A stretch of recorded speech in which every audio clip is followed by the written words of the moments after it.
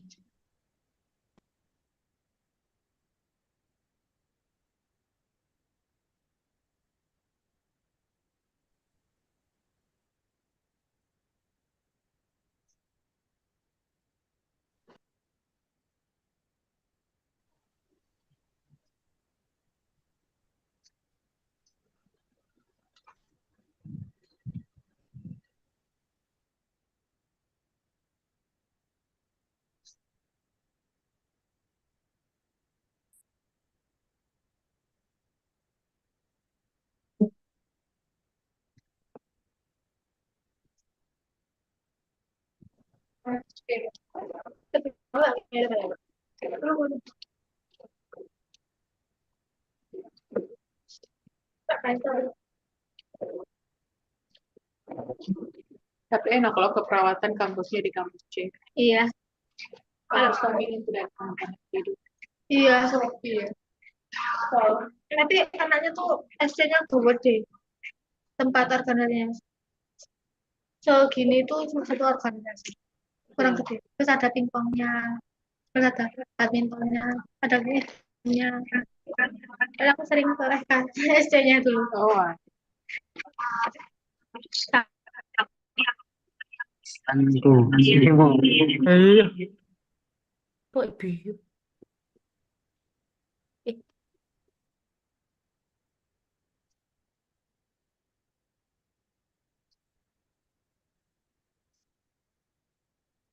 Oh, story sing video TikTok. Hah? Sing video TikTok itu bukan story.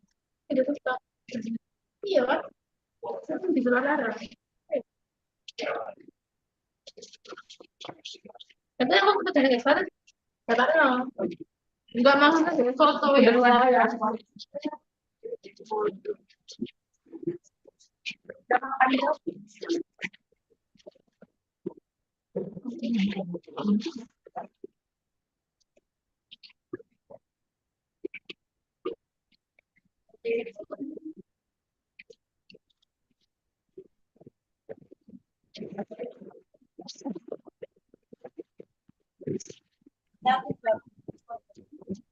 Infus yang mentah Siti Alfia ya.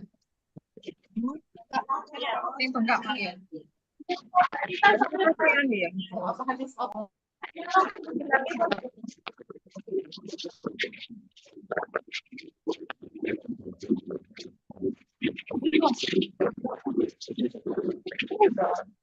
Fokus orang kerja ya.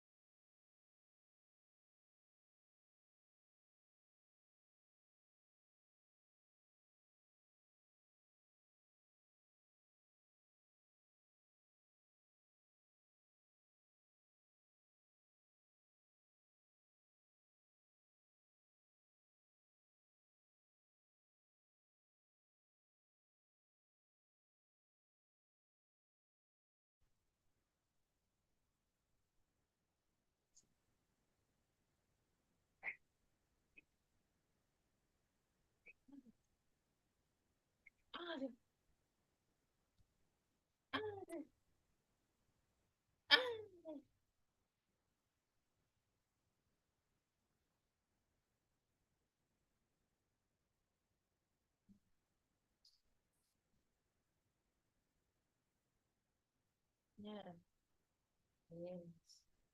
Ya, ya, sini ya. Ya.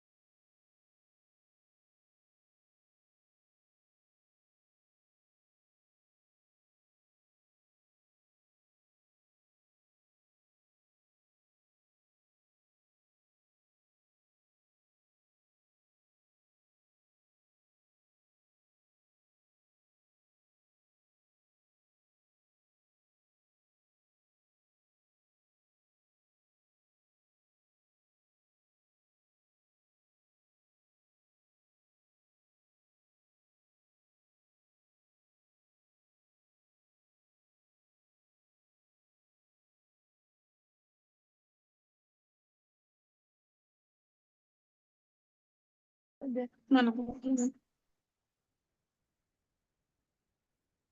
Oh, kok saya belum tak ganti email.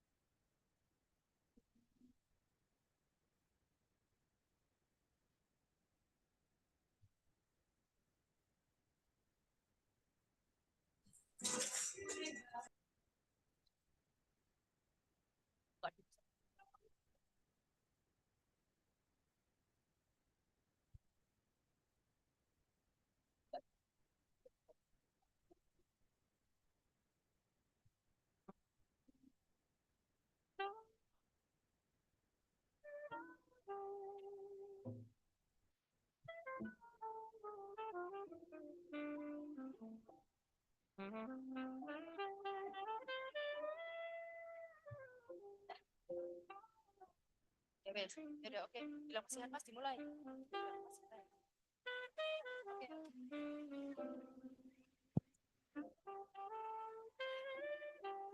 Assalamualaikum warahmatullahi wabarakatuh. Excellencies, distinguished guests, participants, ladies and gentlemen, good afternoon. We are delighted to welcome you to Faculty of Medicine, Universitas Airlangga. Today, we attend some incredible events such as mini webinar about vaginal birth after Caesarean. In this beautiful afternoon, we would like to welcome our special guest, Hazel Keedle from Western Sydney University, Australia.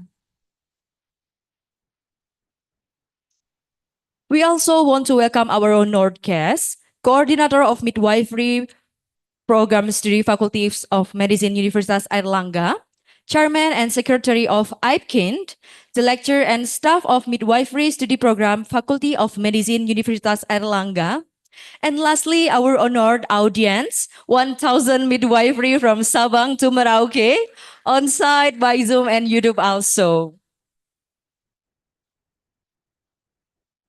Before moving on to the first agenda, I would like to introduce myself. My name is Zalfadina Hairunisa, and I'm honored to be your master of ceremony for today's event. Our first agenda, we will listen National Anthem Indonesia Raya, followed by Hymne Airlangga. May all the audience please stand up.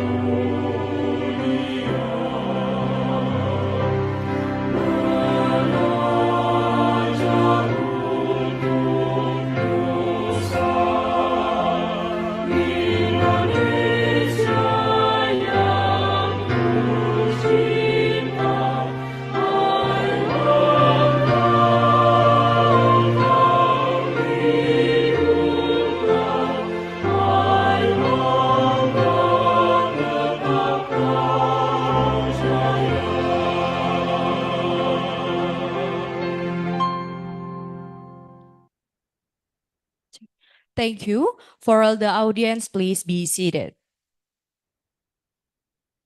Okay, let's moving on to the next agenda. Welcoming speech that will be delivered by the Coordinator of Professional Program of Midwifery, Faculty of Medicine, Universitas Airlangga, Ibu Woro Setianingla, Sarjana Kebidanan Bidan Magister Kesehatan. Bu Woro, times is yours.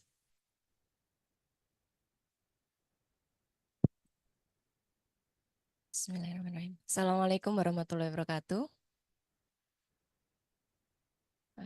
Selamat siang semuanya, baik yang di offline di Hall Amex sekarang dan juga sedang di Zoom. Kepada yang terhormat Ibu Jumiani Ilyas selaku Ketua AIPKIN, Ibu Yeti, dan tamu spesial kita Dr. Hazel Keedle dari Western Sydney University. Dan juga para mahasiswa, ada juga undangan kepada perseptor kami dari Rumah Sakit Umum Dr. Sutomo, dari Rumah Sakit Universitas Airlangga, dan juga dari Puskesmas, dan juga tempat praktek mandiri bidan yang mungkin tidak semuanya masuk ke dalam Hall Amex pada saat ini, ada juga yang di Zoom. Alhamdulillahirrahmanirrahim, kita semua bisa berkumpul di tempat ini, baik di aula, di Hall Amek maupun di Zoom dalam keadaan sehat yang walafiat, dalam acara mini webinar dengan topik Vaginal Birth After Caesarean yang akan nanti disampaikan oleh tamu spesial kita, Dr. Hazel Keedle. Semoga apa yang nanti kita pelajari di sini, kita belajar bersama. Ya, karena ini memang isu yang pastinya sangat menarik untuk nanti ke depannya bagaimana sih seorang bidan menyikapi post seksio cesaria yang nantinya apakah bisa ya melahirkan per vaginam dan lain sebagainya, apa yang perlu dilihat, evidence based dan lain sebagainya ya. Harapan kami semuanya dengan topik ini nantinya bisa bermanfaat untuk kita sebagai seorang bidan nantinya ke depannya dalam memberikan pelayanan yang pastinya terbaik untuk pasien nanti seperti apa. Terima kasih. Thank you very much for Hazel, for you coming here and join us with us in mini webinar in the topic vaginal birth after cesarean. Terima kasih untuk semuanya. Sekian dari saya. Assalamualaikum warahmatullahi wabarakatuh. Thank you, Bu Woro, for the amazing speech. And let's move on to the next welcoming speech. Will be delivered by the chairman of AIPKIN, Association of Midwifery Education Indonesia, Dr. Anda Jumiarni Ilyas, Magister of Health. For Bu Jum, times is yours.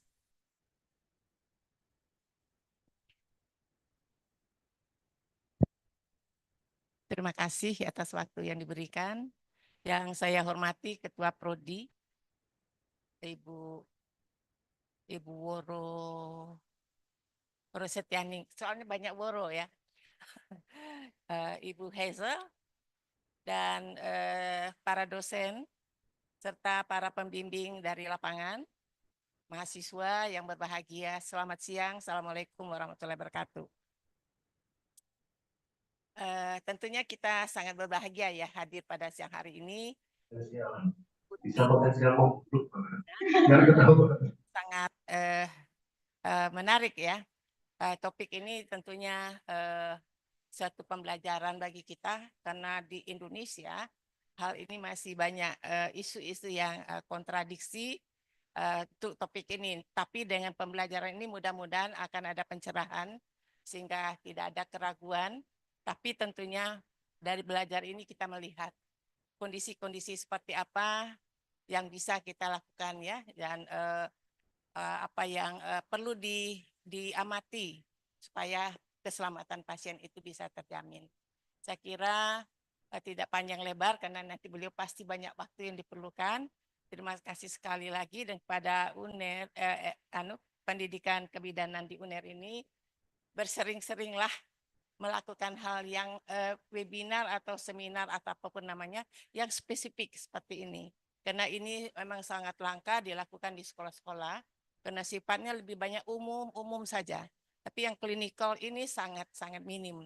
Jadi mudah-mudahan ke depan ini bisa lebih banyak topik ini dibahas sehingga bisa juga berbagi dengan prodi-prodi yang lainnya. Saya kira itu saja. Terima kasih. Selamat mengikuti webinar ini. Mudah-mudahan ini menjadi langkah awal yang lebih baik. Terima kasih, selamat siang. Thank you very much, Bu Yum, for the amazing speech. And okay, everyone, it's an honor to introduce our speakers today, Hazel Keedle. Give her applause, please. Hazel is midwifery researcher focusing on VBAC and women's experience of maternity care. Hazel has published a lot of peer-reviewed journal which combined almost 50,000 reads internationally. And 2021, Hazel published a book based on her PhD findings on feedback, which has sold almost 4,000 copies across 14 countries. Wow, fantastic. Please, everyone give her applause again. Okay, and now she is the director of academic programs for midwifery programs in Western Sydney University. So amazing. And all right, before we moving on to the next agenda, let's take a moment to greet our amazing moderator, Didi. Hi, Didi. Okay, hello, hi. Okay, you look so ready, right? Okay. So without any further ado, Didi, times is yours. Okay, thank you. But first, I want to thanking our MC. Give her the best applause first. Okay. Okay. Hello, everyone. Maybe I'm gonna say hi to our audience in Zoom. Hello. So I'll be helping and guiding all of you guys through our material session through a Q&A session. So I'm going to help you. Saya akan membantu. Jadi nanti untuk teman-teman atau partisipan yang ada di sini yang ingin bertanya atau diskusi, namun ingin mengucapkan dalam bahasa Indonesia, dipersilahkan dan saya akan membantu untuk mentranslate-nya. Sebelumnya perkenalkan, saya Dian Maharani atau dipanggil Didi, mahasiswa kebidanan semester 7 dan sekarang berkesempatan untuk membantu Hazel menjadi moderator. So, how if we begin our session today? Okay, maybe you want to say hi first to our audience in Zoom. Hello everybody online. It's so good to know that you're all there, and I hope you can follow along today. Hello, Hazel. Okay, well, maybe you want to take a look. Everybody in Zoom, we could see you through my screen in here. So if maybe anyone in Zoom meeting want to say hi, please raise your hand. Okay. So everybody in here also could raise your hand. Please say hi. Okay. Maybe I will say hi first to our audience in here. Okay. Halo semuanya. Wah, sepertinya ini ya, capek ya. Ini siang-siang. Waktunya? Okay, everybody said it's time to sleep and take a nap. Oh no, wake up. Wake up, okay.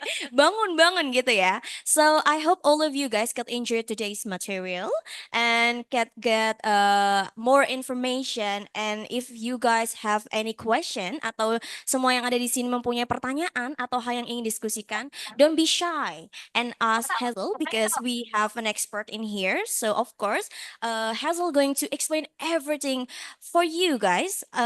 Hazel akan menjelaskan semuanya ya tanpa terkecuali. Jadi teman-teman di sini atau partisipan yang ada di sini, semuanya jangan lupa siapkan pertanyaan apa yang ingin kalian tanyakan dan juga diskusikan.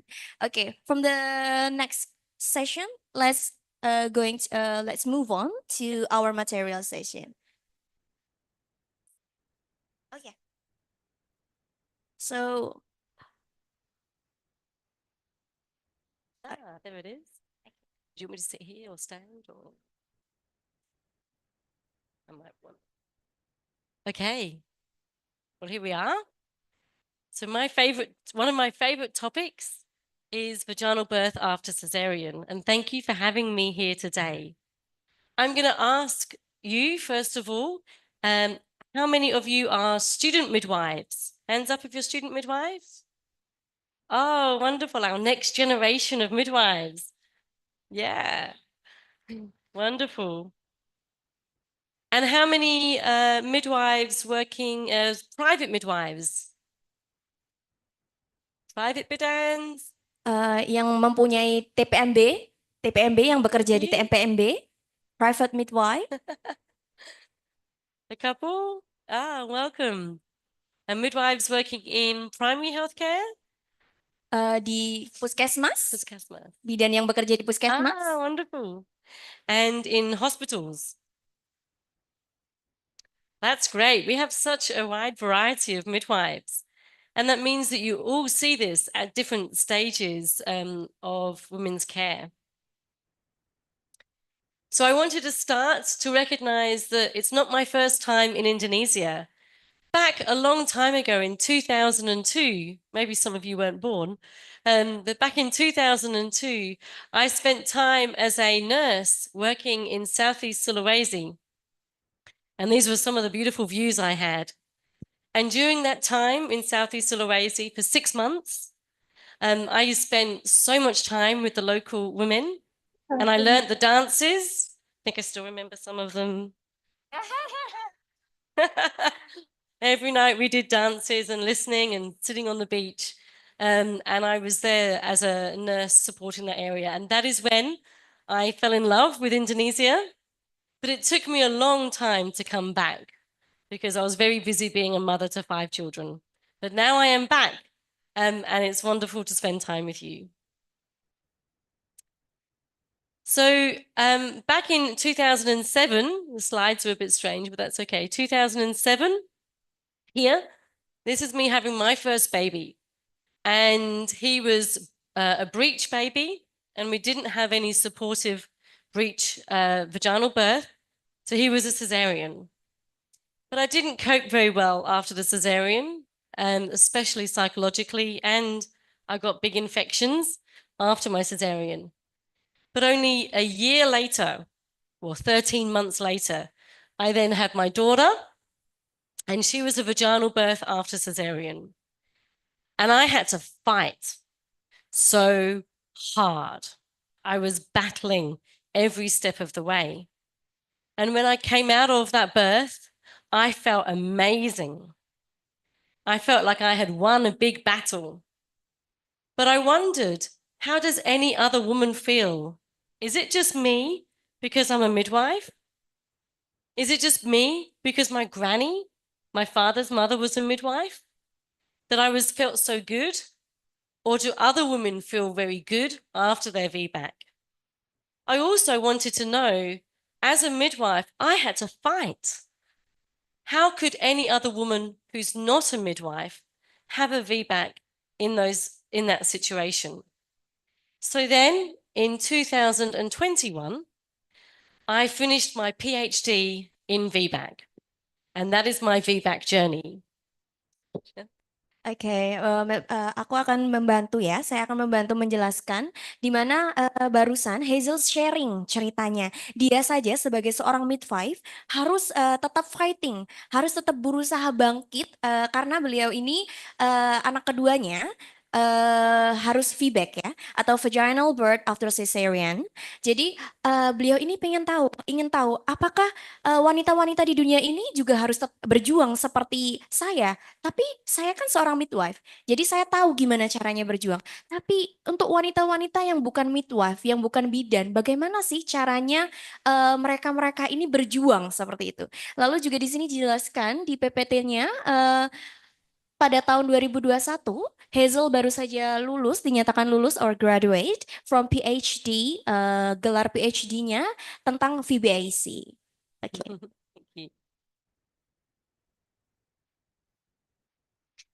So VBAC rates in Australia are not very high. And I looked at what the VBAC rates were across the world. And I don't have Indonesia numbers on here, unfortunately. But I wanted to know if they were low everywhere, then that's probably normal. But if they're high in some places, why is that? And how did they have a high level and we have a low level? So you can see in Finland and the Nordic countries and Europe, they have much higher levels of vaginal birth after cesarean, up to 52%. And even New Zealand, just not too far from Australia, had up to 30%. But in Australia and the US, we had low, around about 10 to 12%, which means the majority of women are having repeat cesareans. And that means that not many midwives would see many vaginal births after cesareans either. I wonder what your VBAC rate is in Indonesia. We need to find that out. And actually, they're decreasing in Australia. So in 2012, it got up to about 15%, and now it's down to 10% post-COVID. Even with my book, it's going down. So this is something that we need to look at. Why is it reducing, and how can we increase that? We need to really explore that. So it ends up that in Australia, only 1 in 8 women who have a previous cesarean have a VBAC, and the other 7 are having repeat cesareans. That's probably very similar to what you're seeing as well. Yeah. Do you want me to continue? Is that okay? Yep. However, the biggest risk to VBAC is a uterine rupture. Yeah, you've all heard of uterine rupture. And it makes it sound very, very scary. But look at this. That one person here, one, compared to all of these women not having a uterine rupture, only one woman would. And this is from a big data set from Europe. And in that data set, they found it was only 1 in 500 women who had a previous cesarean that would have a uterine rupture. And from those women that did have a uterine rupture, there was a 0.002% chance of the woman dying, and 90% of babies survived. Now, this is in Europe, and so it may be difficult to translate that to Indonesia. Certainly some of your more remote areas in Indonesia, maybe not your big cities like the beautiful Surabaya. So where there are good transfers and there's good monitoring of women and babies, then it's very rare uterine rupture, yeah? Very rare. A quick explanation? Yeah, continue. Everyone still following? Okay, excellent. So what are the barriers to VBAC? And this is based on research, so a variety of different barriers. And this is from global research. First of all, there's a lack of VBAC birthing facilities. So we limit where women can have a VBAC. So here in Indonesia, you don't have VBAC with private midwives, or you don't have VBAC in your primary healthcare facilities, and you only have VBAC in hospitals, which means there's less options for women who are planning a VBAC. And we'll look at why that is a challenge and a barrier a little bit later. Then there's also regional and rural locations. So in Australia, we're a very big continent, and most people live on the edge. But people who live in a bit more in regional and rural locations have a lack of facilities available to them to have a VBAC. But they can choose a repeat cesarean very easily, but they're not supported to have a VBAC, which doesn't make sense to me. COVID-19 saw a reduction in VBAC, which again seems crazy because in VBAC, you only need the woman and the midwife, maybe 2 midwives, doctor, not that many people for infection for COVID, but in an operating theatre, 1, 2, 3, 4, so many people, more chance of infection, but they went down in COVID. Special scars are when women have had a more complicated previous cesarean scar, so maybe it was longitudinal or it was extended, and whenever there's a woman with a special scar, they're not even given the option of VBAC. And I question that as well. Induction of labor, there are many places in the world that if the woman needs to be induced, which is one of our rising monsters at the moment, is rates of induction, then they're not offered to have a VBAC because they think it increases the risk of uterine rupture, which it does, but only if you add syntocinon or prostaglandin and syntocinon. Syntocinon alone, it doesn't rise it that much. A short interpregnancy interval. So if you have your baby and then within 6 months get pregnant again, then that's seen as too short. Now, those of you that can do maths, I had my baby in September, and then I had my next baby the following October. That was only a 4-month interpregnancy interval. I know, what was I thinking? It just happened. I'll blame him.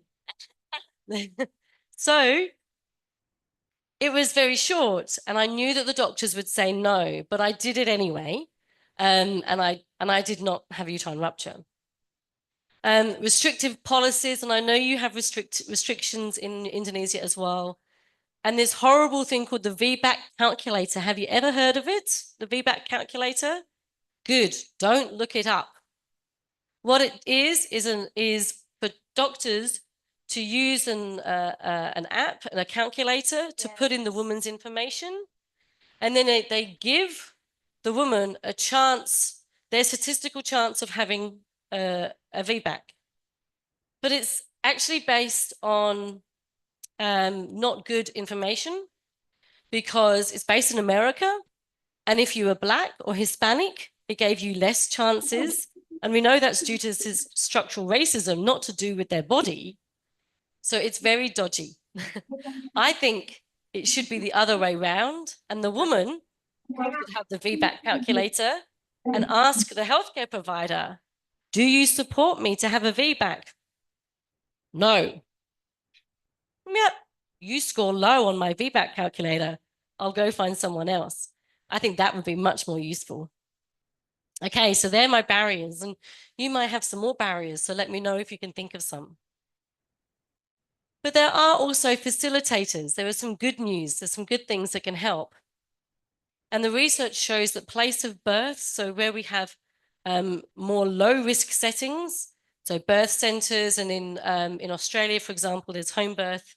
So out-of-hospital births had higher rates of VBAC. Having continuity of care with a midwife, that's shown to increase VBAC rates because you have that relationship-based care. Being upright and active during labor and birth, so not lying on your back the whole time. We know the physiology. We know how important it is to be upright, leaning forward, squatting. And that's what women need, and that will help them have a VBAC. Being in the water is actually a facilitator, having not just hydrotherapy during labor, but also during birth. Going into labor spontaneously, having your membranes rupture spontaneously, having a previous vaginal birth can help. The time of birth, so having the baby at night. Why does night help? Why do you think? Those that work in a hospital, why does night help? Melatonin might help, yeah. It's actually due to the people who are around. There's less people around at nighttime.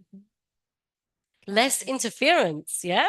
Yeah, less people saying, hurry up in there. Okay.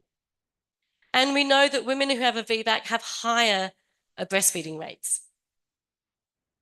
So this is the title of my PhD. I wanted to explore women's experiences of having a VBAC in Australia. And what I found was that there were 4 factors that was important for women who had planned a VBAC, regardless of whether they had a repeat caesarean or a VBAC. These were the 4 factors that were important for them. And if they scored high, or they felt that they were high along those 4 factors, they felt happier with their birth experience.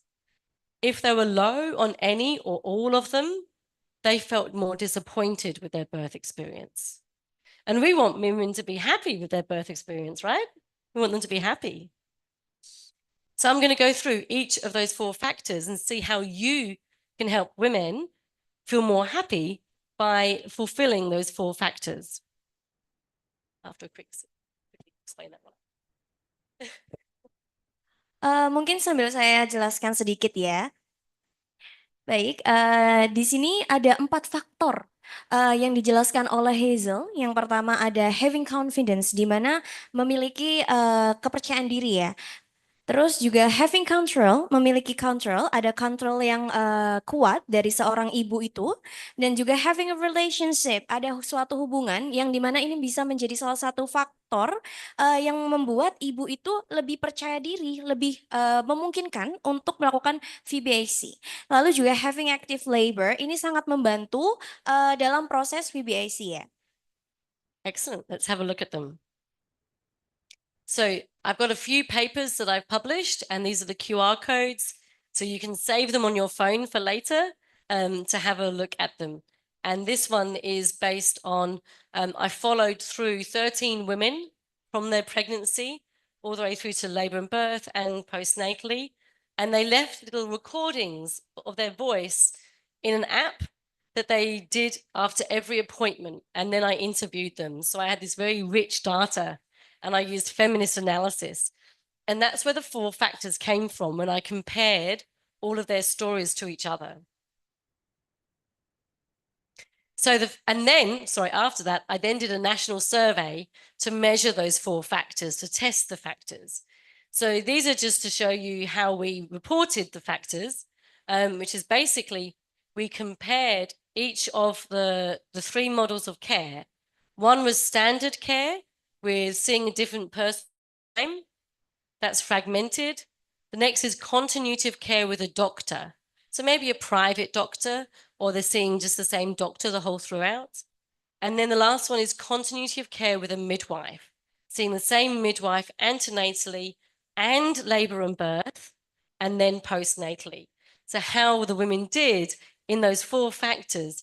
And you can already see with this one that women felt more in control if they had continuity of care with a midwife. And there's a few things that we tested. There's a mothers on decision-making score, which is something we're putting into a national Indonesian survey, which is very exciting. What I found from the control is a loss of control can relate to birth trauma. And what I found was the women who'd had a previous cesarean, 69% of them found that to be a traumatic experience. Then if they had a repeat cesarean, more than half still found that traumatic. But if they had a VBAC, only 17% of that found that traumatic. Now, we wish to have a 0% birth trauma, but that is still a big drop. And usually in our birth trauma data, if we look at all women, it's about 1/3. So from this, we can see that cesareans made it 2/3 of women experiencing it as traumatic. So the type of birth has an impact on birth trauma. From now, I'm going to explain a little bit more about the presentation. Saya akan menjelaskan beberapa dalam bahasa Indonesia ya. Jadi sesuai dengan research yang ditemukan oleh Hazel, di mana 69% wanita ditemukan kelahiran yang sebelumnya yang menggunakan sesar itu sangat traumatis. Lalu 52% wanita ditemukan melakukan repetition atau pengulangan kelahiran yang selanjutnya dengan sesar juga dan mengalami trauma. Dan juga 17% perempuan yang menggunakan persalinan menggunakan metode VBAC ditemukan traumatik, tapi hanya 17%. Jadi yang di-highlight di sini adalah Hazel ingin mengatakan bahwa memang dalam proses penggunaan metode melahirkan dengan VBAC masih ditemukan beberapa wanita mengalami trauma, namun lebih kecil atau lebih less ya. Jadi memang pemilihan metode persalinan itu akan mempengaruhi tingkat trauma dari pasien tersebut. Thank you. So how can you support women to stay in control during their labor and birth? And there's a few things that I think are really important. First of all, because their previous birth was most likely traumatic, It's you need to speak about that previous birth with the woman. And that might be in a continuity relationship, or even if it's a one-off.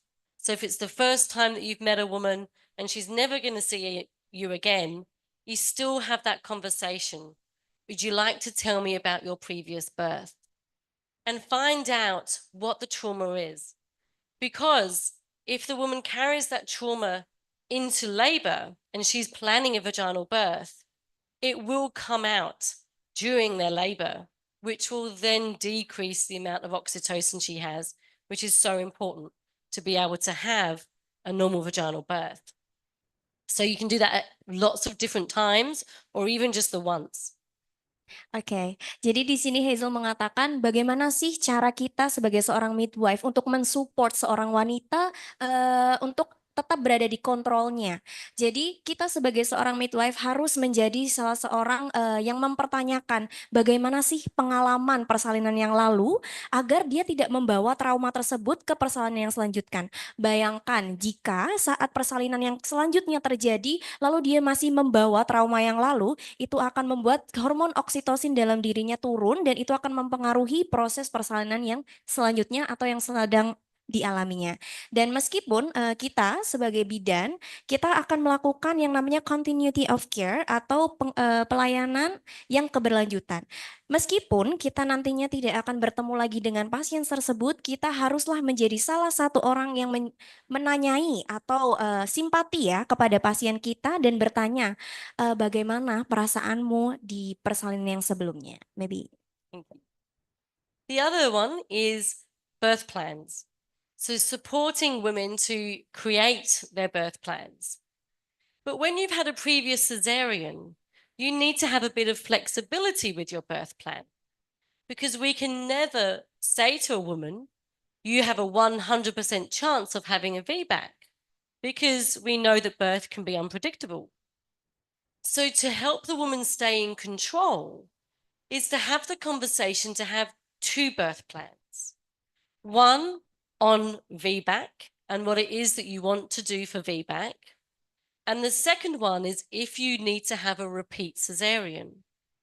And you find out from the woman what was most traumatic during the previous cesarean, or if it wasn't traumatic, what she really wished she had. So maybe during her cesarean, the baby was removed straight away and taken to theatres or taken to the mother and baby ward. And maybe when she came round from theatres, she saw her mother-in-law cuddling the baby first. Would you be happy if that was happening?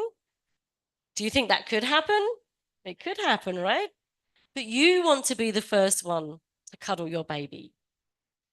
So it might be having a conversation to ensure that that didn't happen next time. If she wanted to plan a VBAC but has a repeat cesarean, there's no failure.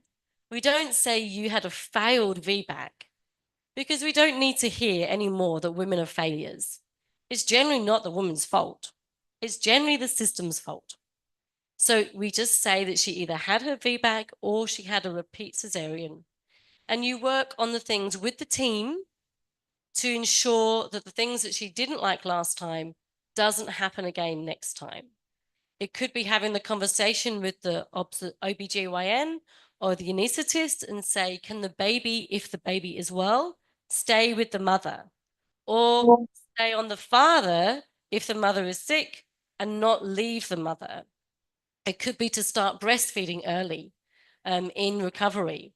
Lots of different things. It could be in Australia, we heard from our Muslim women and said that they wanted to hear the prayer straight after birth, but the theatres had loud music on, inappropriate music, and they felt that wasn't okay. So in the birth plan, it was to stop that music to make sure that they could say the prayer. So a birth plan can be very useful, but a VBAC one and a repeat cesarean one. Oke, mungkin akan saya jelaskan lagi ya. Jadi bagaimana sih cara lainnya yang bisa kita lakukan sebagai seorang bidan adalah mendiskusikan birth plan atau planning bagaimana sih nanti persalinan yang selanjutnya ya. Nah, di mana dijelaskan oleh Hazel tadi beberapa pengalaman yang dia dapatkan dan juga dia lakukan. Mungkin saya highlight yang terakhir ya. Hazel mengatakan bahwa di Australia ada seorang pasien yang dia Muslim, wanita Muslim, di mana dia sebenarnya mengharapkan agar setelah bayinya lahir untuk diazankan, seperti bagaimana bayi Muslim pada umumnya. Namun, instead of bukannya memperbolehkan untuk memberikan azan, tapi para nakes di sana langsung menghidupkan musik, dan itu bukan musik yang terdengar baik atau appropriate ya. Jadi dia mengatakan wanita Muslim tersebut mengharapkan birth plan yang selanjutnya atau planning yang selanjutnya agar hal tersebut lebih diperhatikan. Jadi dia ingin agar bayinya setelah lahir langsung diberikan azan dan tidak dimainkan musik-musik yang tidak pantas seperti itu. Thank you. And the last one for control is to use respectful language. And that is language that is kind and respectful to the woman. And I'll show you what I mean by this. Oh, no, I won't. I'll talk it a little bit more later on, which is about hurtful comments. Okay, so the next one is looking at confidence. And this is how much confidence the woman has in her ability to have a VBAC. But that is actually really hard if you've never done it. If you've only ever had a cesarean, and for me too, I had a cesarean, and I never truly believed I was capable of a vaginal birth. In fact, when I was in transition, transition just before I start pushing, I had a friend and I kept saying to her, I don't think I can do this. I don't think I can push my baby out. What if I can't do this? And she said to me, if I can do this, you can do this. You're such a strong woman. And that helped me realize I can. But also with confidence is how confident the women feels about you as their healthcare provider. So if you're always saying, or that the women are always hearing their healthcare provider say, I don't think you're built right for a VBAC. I think your hips are too small. I think you're too short. I don't think you need to worry about it. It doesn't really matter. You're not going to feel, the woman is not going to feel very confident in that person. But if she has a care provider that says, I really believe in you, you can do this. I know you can do this.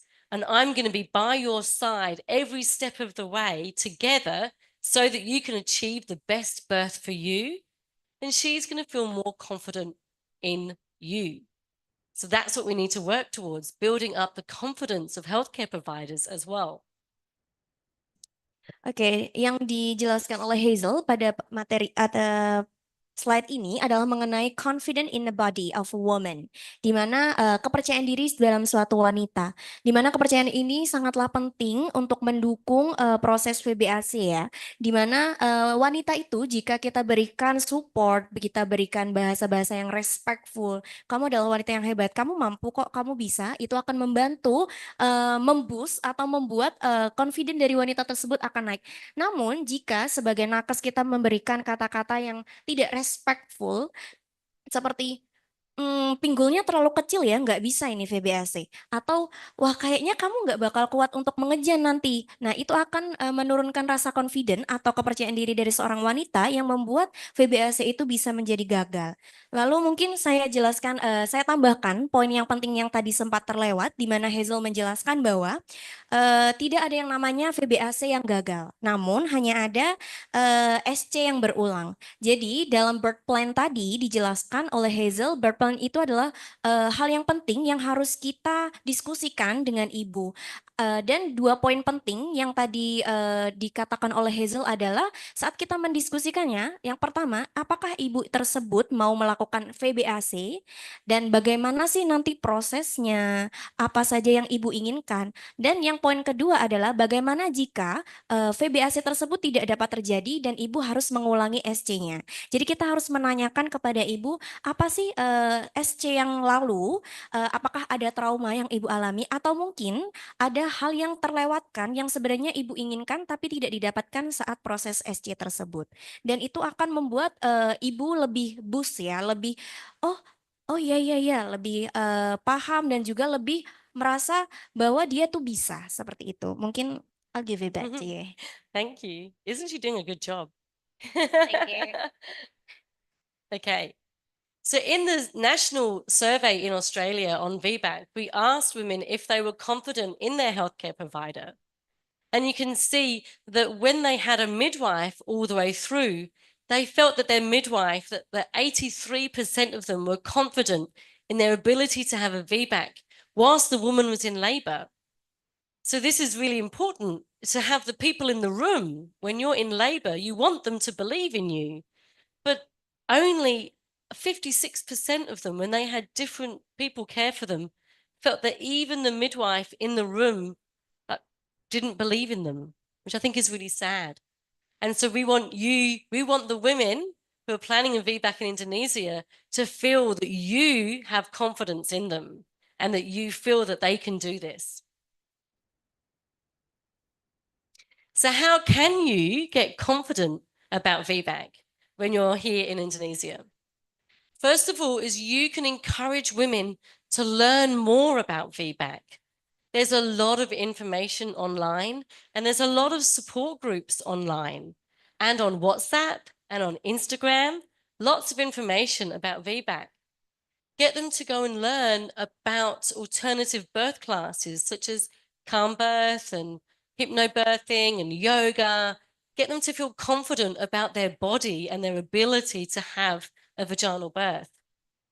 There isn't really any difference in the way that you would prepare for a vaginal birth than you would for a vaginal birth after Caesarean, a VBAC, because you just take away the AC and it's still a vaginal birth. For you, you need to know the why. Why is VBAC important? And the way you can do that is to connect with women's stories. Who here, as a student or a midwife, has supported a woman who's had a VBAC? Di mana siapa di sini yang mendukung perempuan untuk melakukan persalinan yang normal setelah sesar? Bisa angkat tangan? Yeah, a few? Yeah? And how did you feel after that? You feel good? Yeah? You felt really good? Did you get some of that oxytocin? Yeah? Did the woman feel good? Yeah. So we need to tap into that because we know how important it is for women. So we had a look online and I had, who was helping me yesterday? I think it was Alfie who was helping me. And what we found was that VBAC really equals empowerment. And I looked up the hashtag VBAC Indonesia, and there's a lot of stories on there. These are just some of them. And this one has a cute baby attached. And they talk about their resources. Have you heard of Bidan Kita? At Bidan Kita, they mention the resources and who they went to. I know this one, Jamila Tusan. I've never heard of that one. And they talk about how beneficial it was for them and the support that they had. And there's never any regrets on there or women saying, I wish I hadn't done that. They all feel very empowered. How do you say empowered? Pemberdayaan. Pemberdayaan. Yes. Pemberdayaan. Okay. So if you're not sure whether VBAC is important for women, go and read these stories. Go online, follow the hashtag VBAC Indonesia, and see these stories come up in your own Instagram. So it fills you with the excitement that you just shared me when I asked you about it. Jadi yang di-highlight oleh Hazel di sini adalah sebagai seorang bidan kita harus mendorong wanita untuk mempelajari tentang VBAC. untuk mengetahui bagaimana sih pentingnya VBAC dan apa sih sebenarnya VBAC itu. Dengarkan cerita-cerita dari para wanita atau para ibu yang sudah melakukan VBAC agar wanita-wanita itu tahu, ibu-ibu selanjutnya itu tahu kalau VBAC itu penting dan baik dilakukan.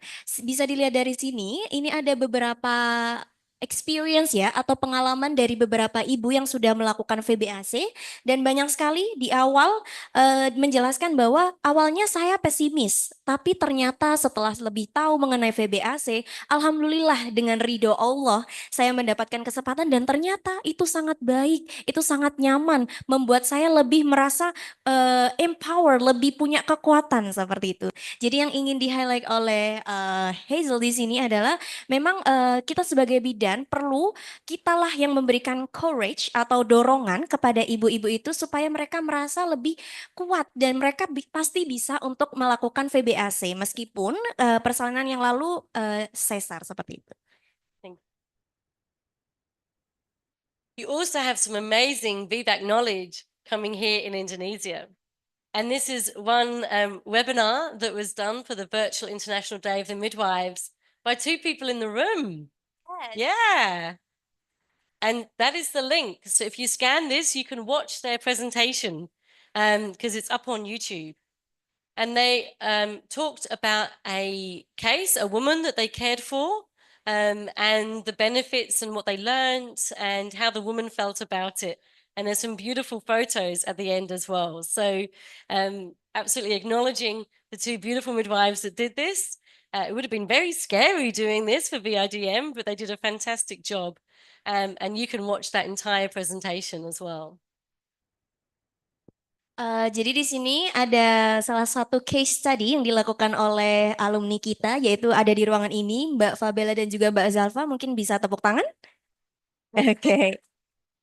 Mbak Zalfa, as we know, our MC for today, MC kita mau berdiri, boleh? Oke, ini ya. Jadi And bisa mungkin partisipan yang ada di sini bisa scam jika ingin tahu lebih lanjut untuk presentasi dan juga bahasan mengenai case study ini.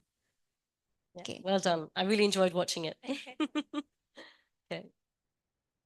Okay, the next factor is relationship. And that's the relationship that the woman builds with her healthcare provider. And that is one that is based on trust and equity, which is really important to think about in our patriarchal system.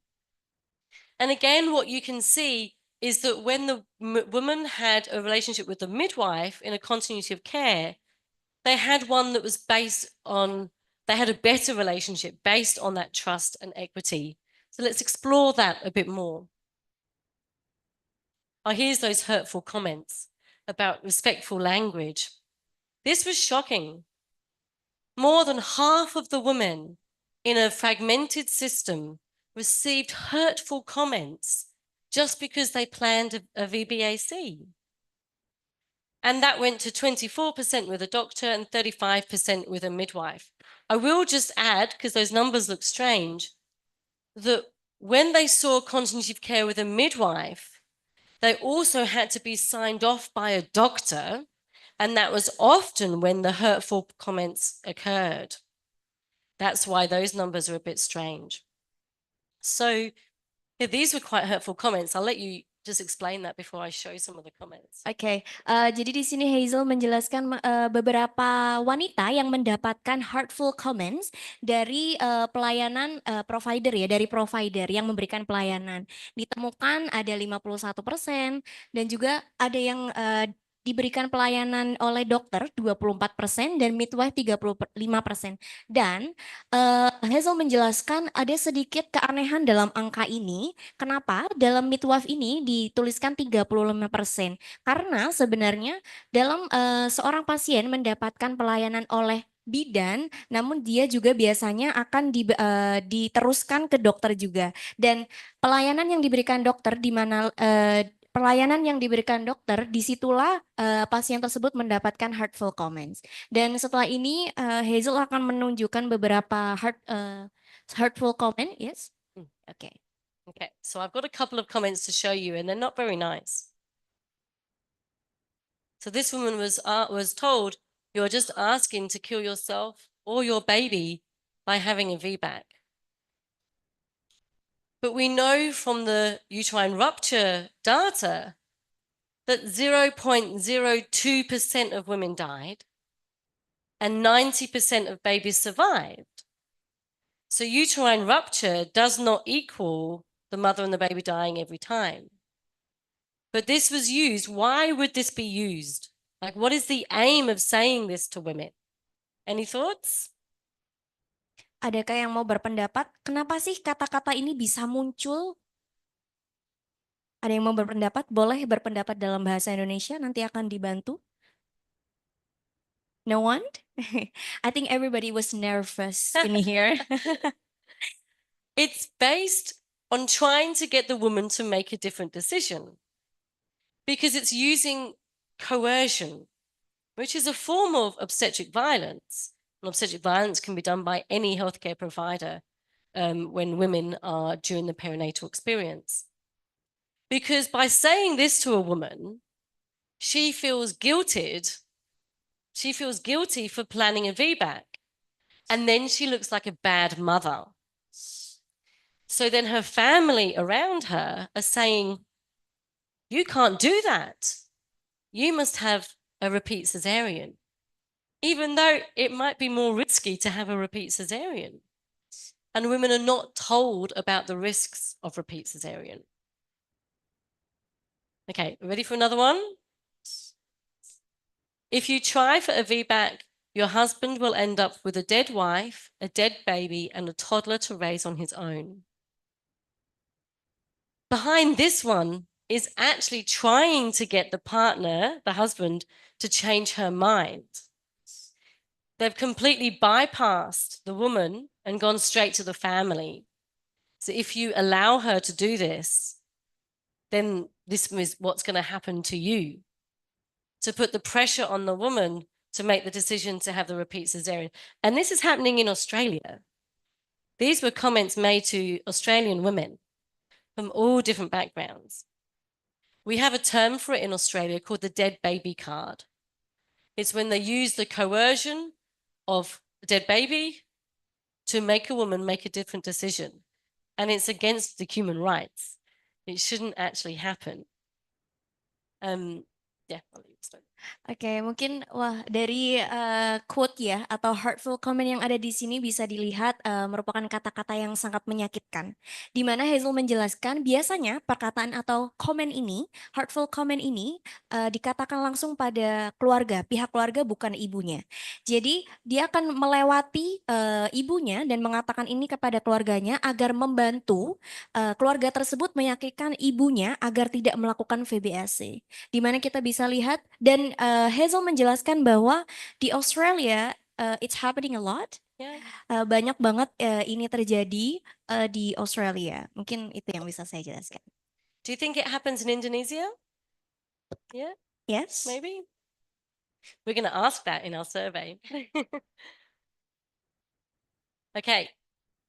So in my national survey, I actually looked at all the comments from women that the healthcare providers gave them. And there was good ones too. So there was coercion, but there were also examples of respectful maternity care.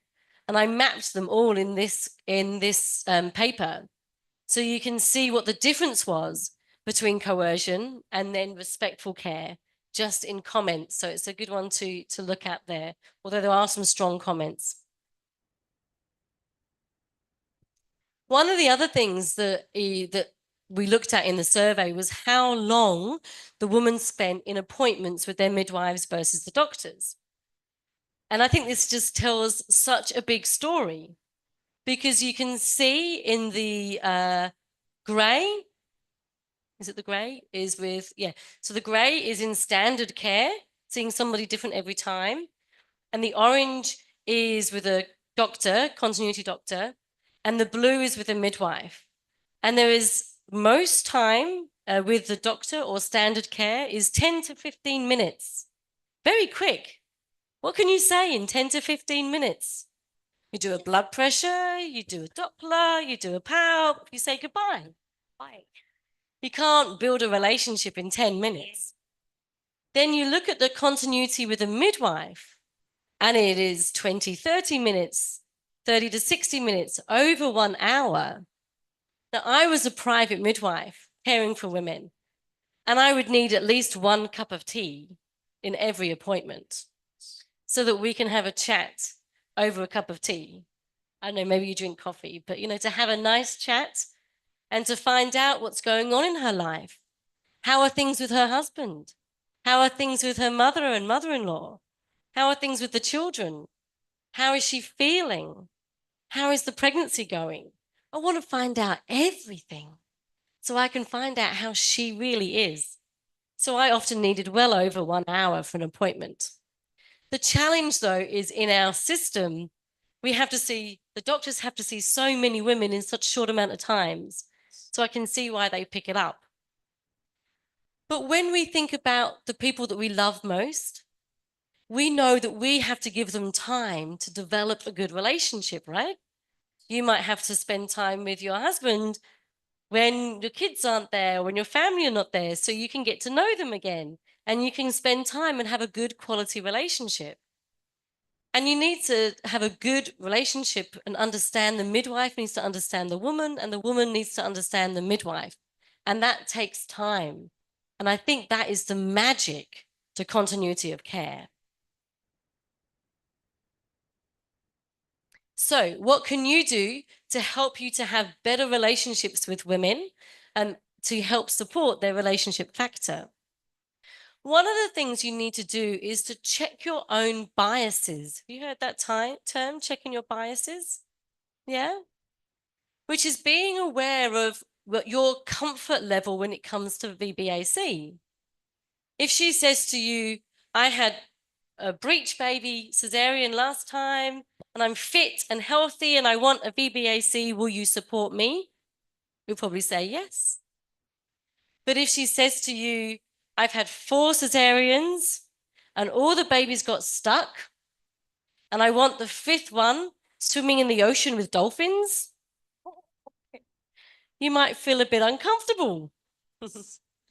So you need to know where your comfort level is at.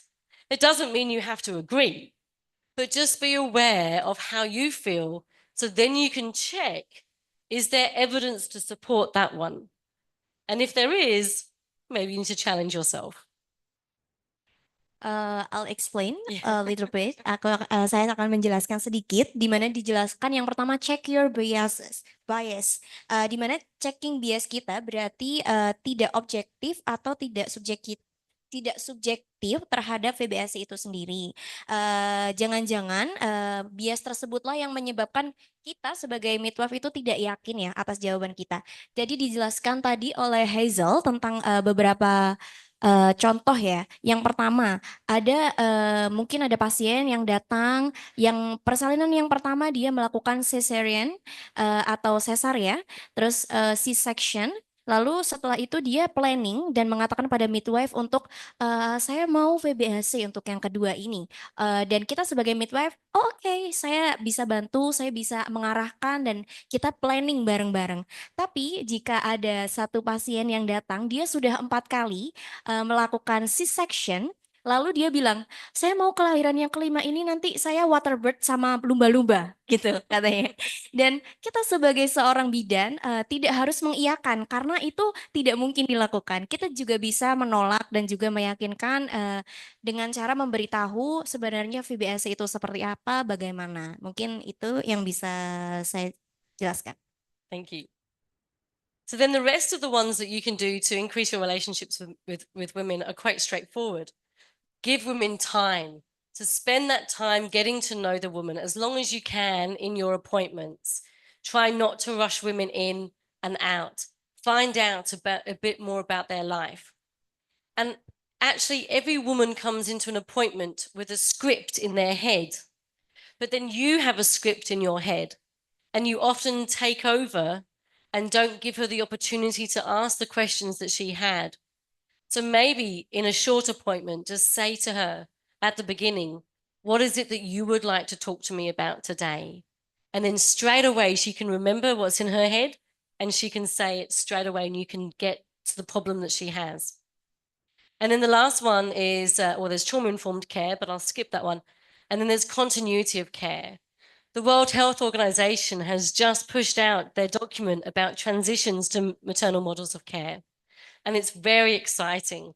And I think here in Indonesia, you have some really good setups to be able to move towards more midwifery-led models of care. And I'm excited to see the journey that you go on with that.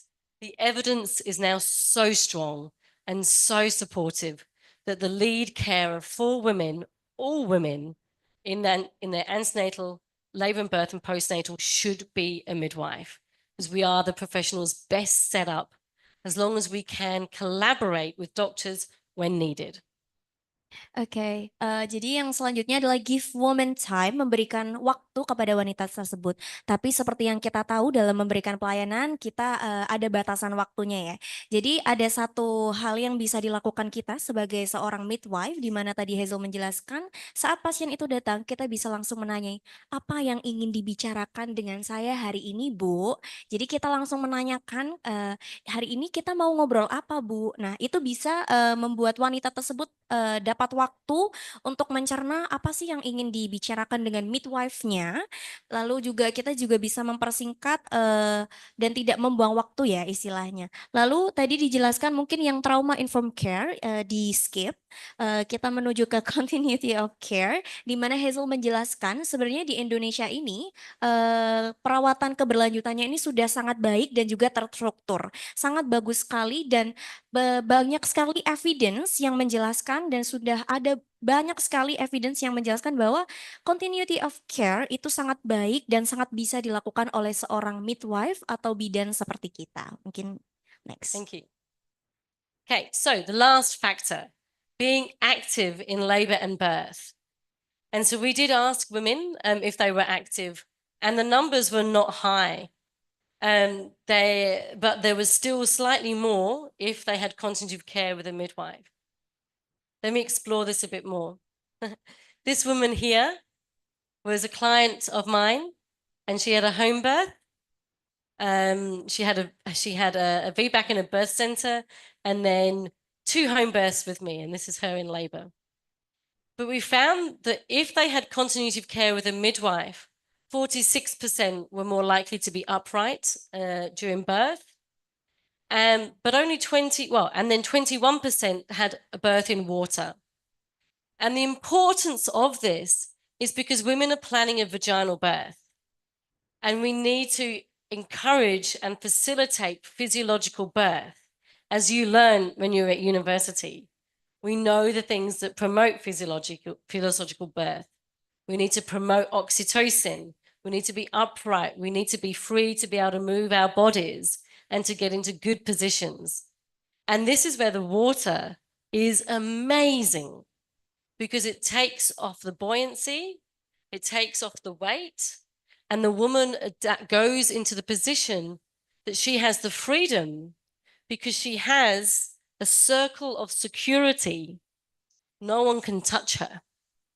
She is able to do whatever position she wants to. It's my favorite type of birth. Oke, jadi yang ingin di-highlight oleh Hazel pada slide ini dijelaskan bahwa sebenarnya banyak sekali hal yang bisa mendukung persalinan itu berjalan dengan lancar. Di sini yang di-highlight adalah waterbirth, di mana Hazel sendiri merasa kagum karena dalam waterbirth ini seorang ibu bisa, dia punya banyak sekali free space, dia bisa bergerak ke sini, bergerak ke sana dalam proses persalinannya, dan itu membuktikan bahwa ibu bisa lebih rileks dan juga persalinan bisa berjalan dengan lebih lancar. Have any of you seen a water birth? Ada yang pernah menonton secara I langsung want to find out about that. atau That's exciting. menangani? Awesome. Did you love watching it? Yeah, absolutely. It's really amazing. I hope to hear about more water births. So there are ways that you can be upright and active even in the hospital with the monitors going, because this is what you're going to see in the hospital, right? You're in the hospital, you're going to have the monitors, but you can still get them off the bed. You can make this bed nice and high. and lean on the bed. You can move around, leaning on the bed. You can take the mattress off the bed and put it on the floor and get the woman to be on all fours on the floor, still with the monitor on. And if it's wireless, you can move around a little bit more. But if it's wired, you can walk in small circles, but be supported. And get women off the bed.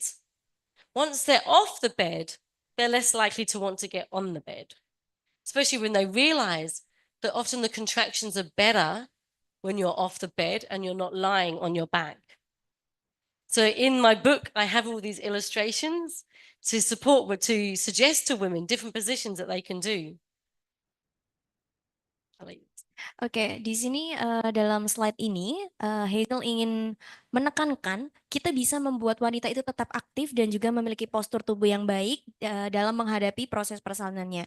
Banyak sekali hal dan juga cara yang bisa dilakukan seorang bidan seperti kita. Contohnya ibunya bisa bergerak di matras atau di ranjangnya seperti ini. Lalu juga kita bisa menurunkan matrasnya ke lantai, lalu ibu diminta untuk melakukan gerakan seperti yang di tengah atau dan itu tetap termonitor karena alatnya tetap ada di perut ibu. Lalu yang terakhir itu jika wireless ya, alat yang digunakan wireless bisa bergerak dari sana ke sana. Namun kalau masih ada kabelnya, memang hanya sedikit pergerakan yang bisa dilakukan, tapi wanita tetap bisa aktif dan juga memiliki postur tubuh yang baik seperti itu. I think this is one of your biggest challenges in Indonesia. Do you agree? Your biggest Yes. challenges. So I think the answer isn't from me, but the answer is within you all. What can you do to support women to be more active? And start small. Maybe help one woman be more active and see how that goes.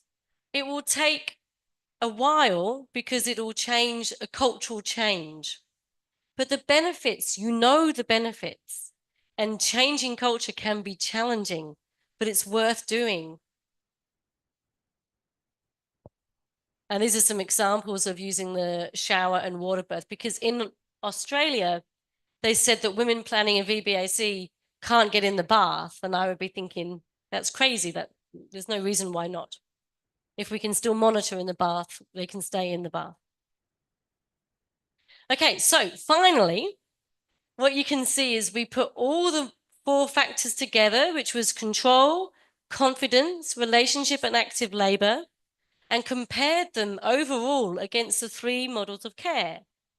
And you can see overwhelmingly that the women felt more in control, had more confidence, had a better relationship, and were more likely to be upright and active in labor if they had continuity of care with a midwife. Absolutely. Oke, jadi di sini Hazel sudah compare atau mengelompokkan semuanya menjadi satu dan bisa dilihat wanita itu merasa lebih confident, lebih memiliki control, lebih memiliki hubungan yang baik, lebih memiliki active labor yang lebih bagus saat bidan itu memberikan continuity of care atau memberikan perawatan yang berlanjut seperti itu. Okay, and there's another paper that has all those graphs in there in this paper here. And you can see Warren Keedle, that's the first paper he got published. Okay, what is the impact of VBAC just now as we finish up? The impact is that every woman who experiences a positive birth after cesarean creates a ripple effect in their community. You just have to see those positive social media posts and the many women in the WhatsApp groups that you have. The positive impact makes a ripple. And every time you support a woman to have a positive birth after cesarean, you're adding to that ripple. And women never keep quiet. They want to tell the world about it. So the more you help that, the better positive births are going to happen in Indonesia. Oke, impact of VBAC atau apa sih impact dari VBAC ini? Setiap wanita yang mengalami proses persalinan secara positif dan a positive birth after a cesarean atau VBAC, jika mereka mengalami VBAC yang positif, mereka akan terus menyebarkan hal ini ke yang lain. Saat seorang perempuan sudah mengalami VBAC, mereka tidak akan diam, tapi mereka akan terus menyebarkan bahwa ternyata VBAC itu bagus loh. Ternyata VBAC lebih baik daripada harus repetition C-section seperti itu. Ah, this one's looking a bit strange. I'm not sure if it's quite worked. I'm not sure if that's worked. Okay. Sorry, the font isn't quite right. So yesterday I got to meet an amazing mother and daughter private midwifery team.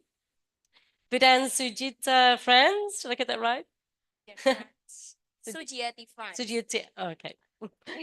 Okay, she has been a midwife for over 48 years and has supported over 6,000 women have babies, and she's amazing. And I asked her for her advice for future midwives, and she got very emotional, right? And my summary was that she said that we need to have courage, be fearless, and be kind. And we did have it translated, but I think it might have gone off the bottom of the page. Sorry about that. In the PDF, it's got it all on the same page. And I think this is something so important. We should always look to our elder midwives, and we have some amazing elder midwives here today who have been through so much change and have seen so much change. But the heart of what they've done is to care for women. And as students, this is what you're going into. We may bring more change in, but at the heart, we're still doing the same thing. So that's her mantra to you, is to moving forward to supporting women, is to have courage, be fearless, and be kind. Oke, mungkin sudah ada ini ya quote translate quote-nya di mana Hazel mendapatkan quote atau kata-kata dari Ibu Sujiati France. Kita harus memiliki keberanian, tak kenal takut dan juga baik kepada yang lain. Oke, next. Oke, give applause, please. Okay, so my 3 key points for you to summarize this presentation is to remember, number 1, uterine rupture is low, and we shouldn't use it in a coercive way for women. Number 2, focus on those 4 factors: control, confidence, relationship, active labor. And if the woman feels that she's had all of those in a positive way, she's going to feel like she had a positive birth experience. And finally, a positive birth after cesarean has a positive impact on all. It has a positive impact on you, has a positive impact on the woman and her families, and really importantly, will have a positive impact on her daughters, because her daughters will know that her mum had a VBAC. Okay, so this is a book that I have, and I've written it all in here, all the 4 factors, and lots of birth stories. And there's a few people in Indonesia that have one now, and I have a few with me today, about 10, I think, today, if you want to get one today. Otherwise, I don't think it's on Amazon in Indonesia, but I can post more over. And I get stories every week from women who've used this book and had a better birth after cesarean, which is amazing for me to receive. I got one just yesterday. Please applause, guys. And the exciting news is that I'm writing another one. And this one now, you can see from the picture, it zooms out from the woman to be the people around her. So this is written for the clinicians, for you as midwives, also for doulas and doctors, on how do you support women planning a VBAC. Now, added in there is a group of, a bunch of stories from midwives from Indonesia, from Ruang Bidan, They collected stories for me and I got them translated back to English. I haven't finished writing it yet. Hopefully by the end of the year, I finished writing it. So hopefully it will be coming out in 2025 and I hope to be able to share that with you sometime next year.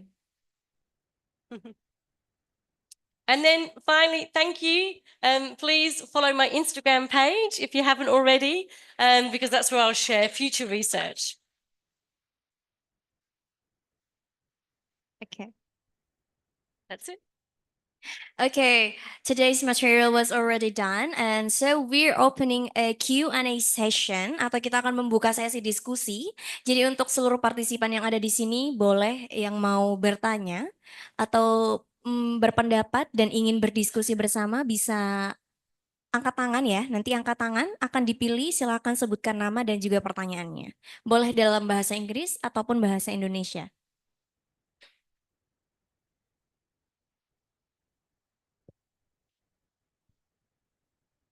Okay, we have the very first question.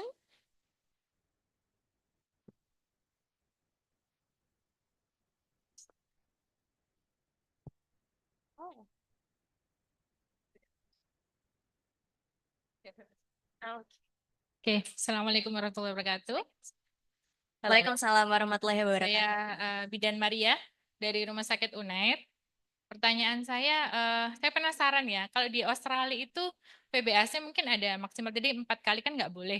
Nah, kalau di sana berapa kali SC yang diperbolehkan untuk VBAC? Terus kendala di Indonesia kan terkait kompetensi bidan ya. Nah, apakah di sana VBAC-nya oleh bidan atau dokter? Terus apa ya tadi ya? VBAC-nya ini apakah yang terkait bidan ini apakah perencanaan kelahirannya setelah SC nanti saya akan memutuskan pendampingan VBAC ya, hanya perencanaan planning tadi ya, buat planning, atau sampai dengan pertolongan persalinannya oleh bidan. Seperti itu. Terima kasih. Oke, terima kasih. Apalagi di rumah sakit kan ini ya, BPJS ya, era BPJS kan kalau misalkan ini pagunya lebih besar SC daripada spontan, seperti itu. Terima kasih. Oke, beri tepuk tangan terlebih dahulu. Oke. I'll help to explain in English. That was midwife. Siapa namanya? Ibu Maria. Midwife Maria. She's from Unair Hospital. She's asking about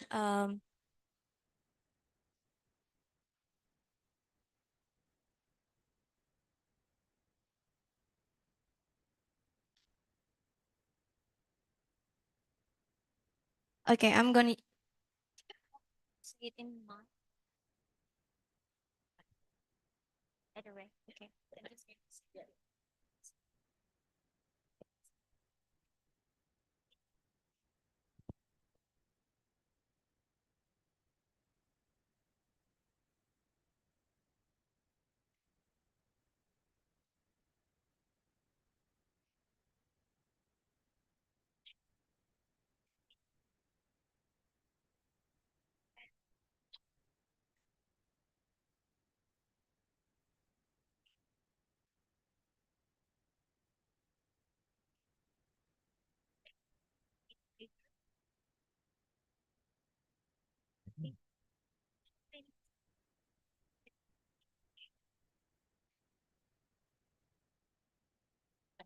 Okay, There was 3 questions.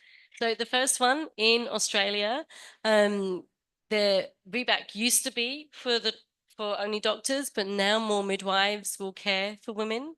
There's always been a lot of women who have left the hospital and plan to have a home birth with a midwife with a VBAC because they're so traumatized by the hospital. Then in our continuity of care models, we also care for women planning a VBAC, and they see the doctor for one appointment, but then they'll be cared for in the hospital in labor by the midwife in consultation with the doctor. So it didn't used to be, but now we're moving towards more midwifery-led care in consultation with doctors. So they can be there during labor as well. And I think it's within the scope of midwifery. It will take its time in Indonesia, but most definitely it's an area that, remember, as long as you are monitoring for the risk of uterine rupture during labor, that's really the only issue you have to think about. The woman is planning a vaginal birth, and midwives are the best experts in vaginal birth.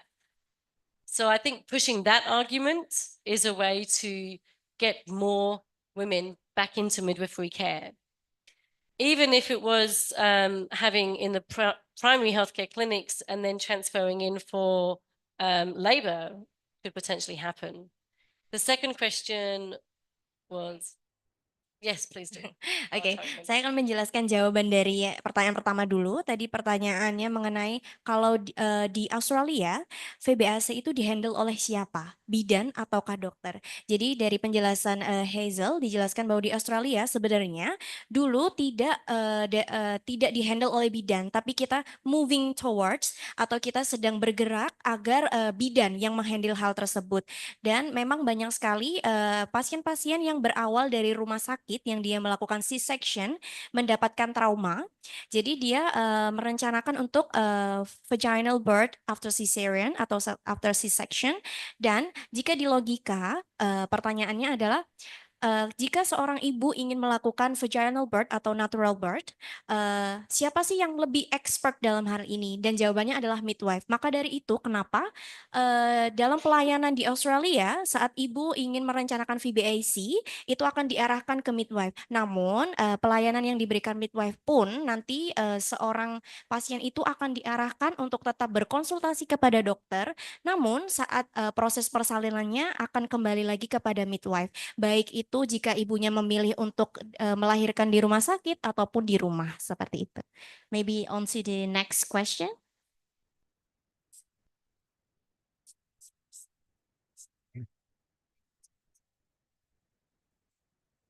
So the next question was about multiple cesareans and VBAC. In Australia, it's very rare for a woman to have, well, first of all, it's not easy to be supported to have a VBAC. But then if they've had more than one cesarean, it becomes harder. I wrote a section in my book called "Can I Have a VBAC If?" And one of those is because women would contact me all the time saying, I've had 2 cesareans, I've had 3 cesareans, you know, what can I do? I think when you look at the evidence, you have to be mindful where the evidence has taken place. So in well-resourced countries where you've got good referral places, which in your cities you may have, but may not be relevant in your more regional and rural, especially some of your remote islands. So that's, you know, you've got to be mindful of that. But really, it only increases the uterine rupture rate a little bit. So 1 and 2 cesareans, there's not much difference. It does start to increase a little bit when you have 3 or more cesareans. But remember, there's nothing that says 100% uterine rupture. We're talking maybe from 0.2 to 1 to 2%. Still over 98% will not rupture. So I think we have to be careful to not overestimate the risk and realize that nothing is causality. Nothing is going to 100% cause this to happen. Oke, mungkin saya bantu untuk menjelaskan sedikit. Jadi dari penjelasan Hazel, sebenarnya berapa sih standar boleh dilakukan VBAC setelah C-section? Sebenarnya kalau dari pendapat Hazel, setiap daerah itu memiliki standarnya mereka masing-masing. Jadi tidak semua standar di suatu tempat itu sama dengan standar di tempat lain. Dan perlu diperhatikan berapa banyak dan juga berapa kali ibu sudah melakukan C-section. Karena sebenarnya kalau C-section 1 kali dan 2 kali itu tidak jauh berbeda. Jadi itu ibaratnya pengawasannya itu masih sama. Lalu dari penjelasan Hazel menjelaskan bahwa yang perlu diperhatikan dalam perencanaan VBAC adalah resiko untuk terjadinya ruptur. Jadi jika resiko terjadinya ruptur tersebut sudah diawasi, maka tidak ada lagi hal lain yang perlu dikhawatirkan seperti itu. Jadi yang menjadi poin pentingnya adalah hal tersebut.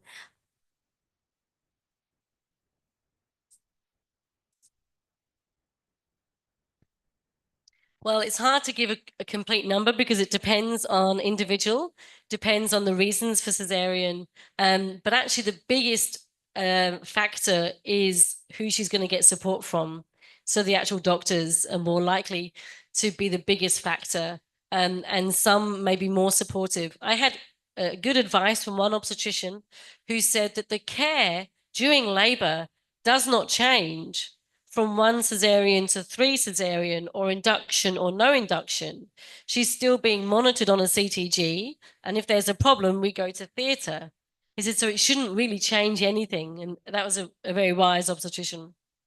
But I think he was a little bit more relaxed than others. Oke, so jadi dari pembahasan yang diberikan oleh Hazel, Hazel tidak bisa memberikan angka pastinya berapa, namun dijelaskan oleh Hazel bahwa setiap dokter itu memiliki standarnya masing-masing. Dan dari penjelasan Hazel bahwa setiap dokter akan mengatakan perawatan yang diberikan kepada ibu setelah melakukan C-section maupun VBAC itu perawatannya hampir sama, jadi tidak ada bedanya. Jadi Hazel berkata tidak bisa memberikan angka yang pasti seperti itu.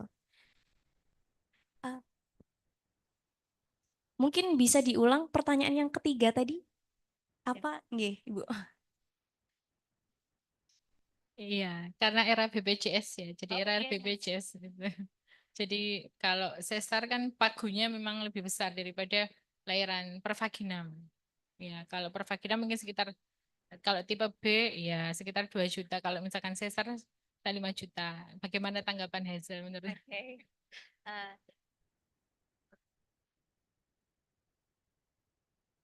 Jadi mungkin kebijakan pemerintah kan ya.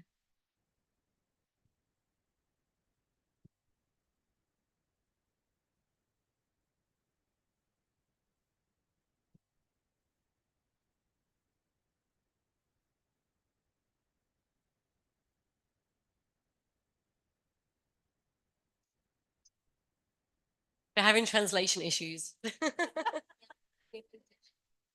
Oh, okay, so insurance, yeah.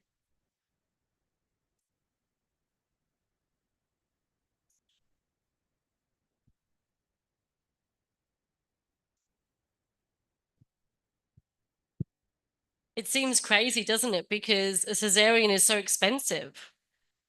You know, a cesarean has more people, more resources, more risks to infection. And yeah, it seems crazy that we prefer and pay in insurance for a cesarean compared to a vaginal birth after cesarean. And I think they often look at, well, what's going to happen? She's more likely to have a cesarean, so why bother?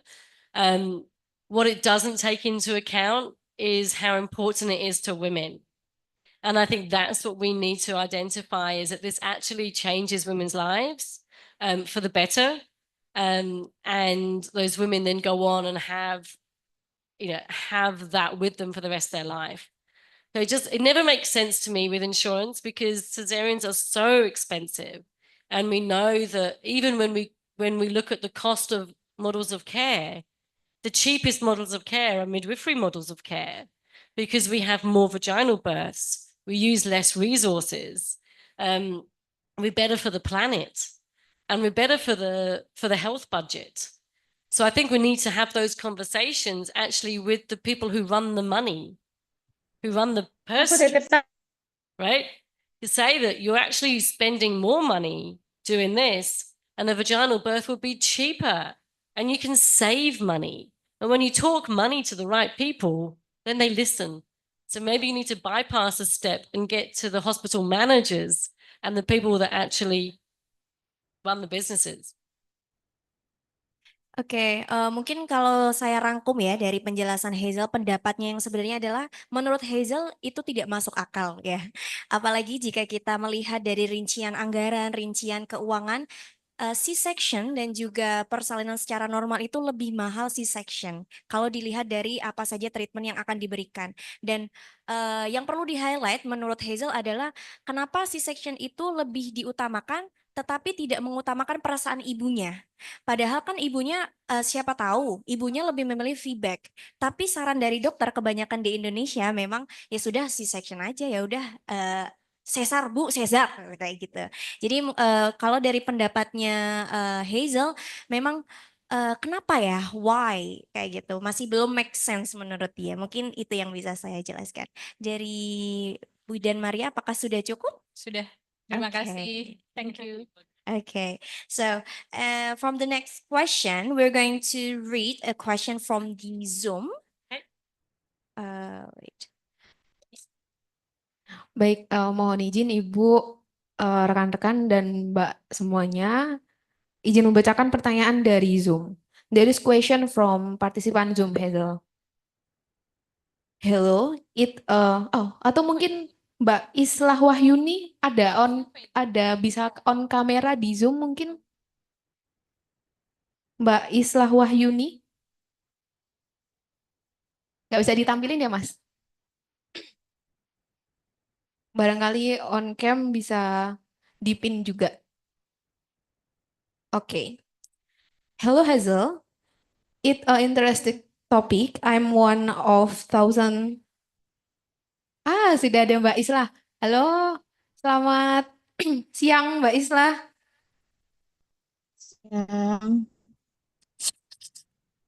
Suaranya bisa clear lagi, Mas. Halo Mbak Islah. Ya, Ya, siang. salam kenal Mbak Islah. Kalau boleh tahu Mbak Islah dari mana?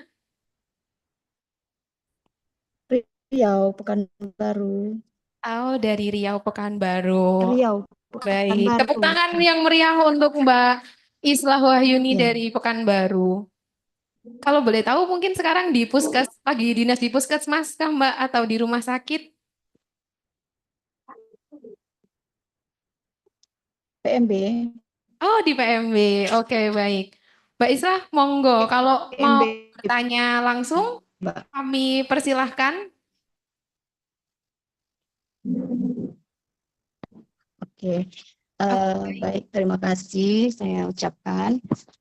Mungkin dalam bahasa Indonesia ya, Mbak. Iya, tidak apa-apa, monggo.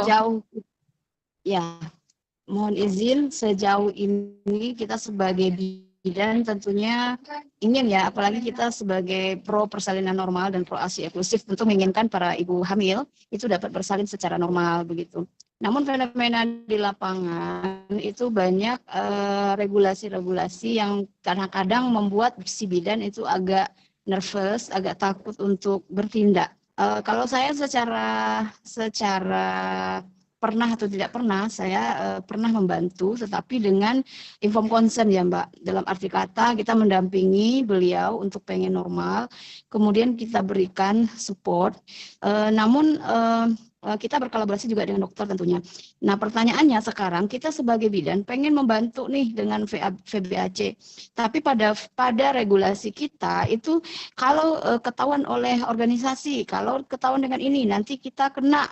Jadi topik ini sangat menarik menurut saya, tetapi bagaimana pelaksanaan atau perlindungan hukum lah bagi kita sebagai bidan. Nah itu apakah sudah bisa kita terapkan di Indonesia atau bagaimana terkait dengan pelaksanaan VBAC yang menurut saya ini sangat baik ya untuk kita bantu kepada pasien. Mungkin itu saja mungkin yang bisa saya tanyakan Mbak. Terima kasih. Oke, baik. Terima kasih Mbak Islah. Sekali lagi tepuk tangan untuk rekan sejawat kita dari Riau. Baik. So Hazel, please. Thank you. I think that's a very difficult answer for me to give since I'm from Australia, except that in Australia we have worked with many regulation issues and we continue to work with issues. But one thing that we know that does work in Australia is when we work with the women and the consumers of maternity care, because there is a big voice that is a powerful voice when you have more women to come together. And in Australia, we have consumer organizations, which is groups of women who want to come together and lobby the government. And instead of midwives, they go and meet with politicians and they talk about what's going on. And we recently had a government inquiry into birth trauma. And that was in part due to some research that I published, but also the consumer activism. So as midwives, you need to find your consumers out there and your consumer groups, and if not, encourage them or partner with them to get groups together, and then you approach the legislation issues both as women and as consumers. And when you work together, then you'll see more change. And that's given us the most change in Australia. We could never do it just by midwives alone. We need the birthing women to be fighting that battle as well. One way we're doing this, and a slide I forgot to put in, is that we're doing the birth experience study in Indonesia, where we're going to be asking, hopefully, thousands of women across Indonesia what they think about their maternity care right now. So when you see that survey go live in the next month or so, it's very exciting, and being led by Dizzy here and her amazing team. Then share it on your social media and encourage women to fill it in.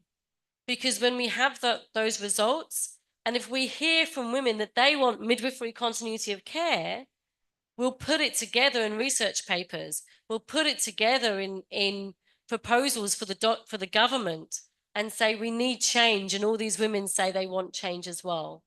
So there's no easy answer. How do we change legislation really quickly?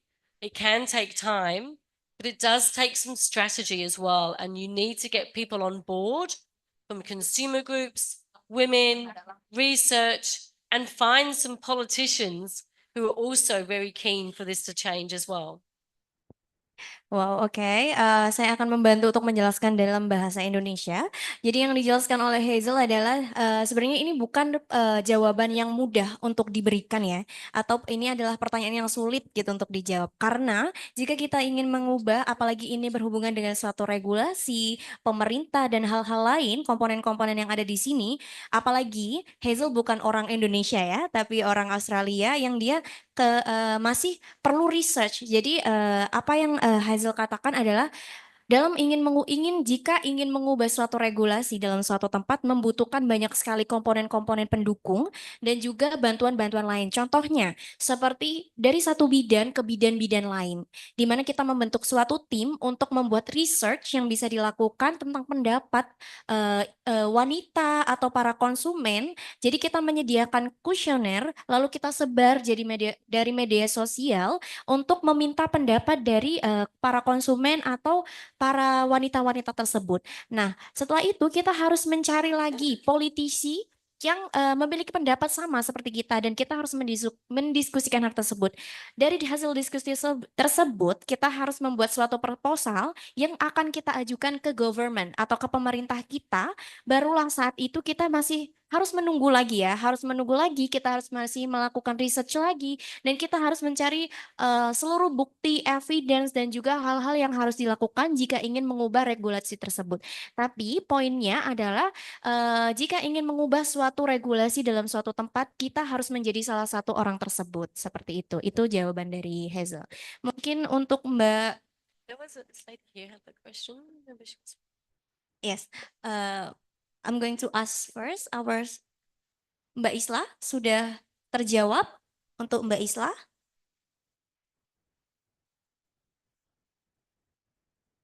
Oke. Oke, Mbak. Ya, jadi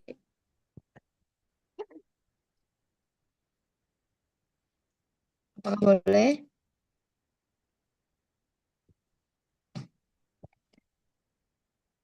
Ya, monggo.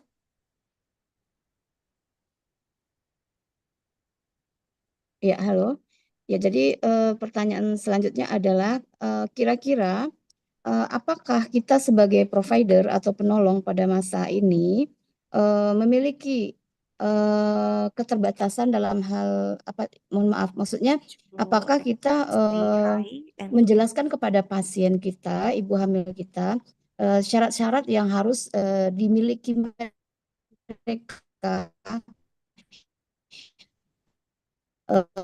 agar mereka bisa layak atau sebagai nilai kelayakan dia boleh melakukan. Karena dari yang saya dapatkan pada ibu-ibu hamil itu banyak sekali dokter menyatakan ini nggak boleh, ini nggak boleh. Padahal pada faktor kenyataannya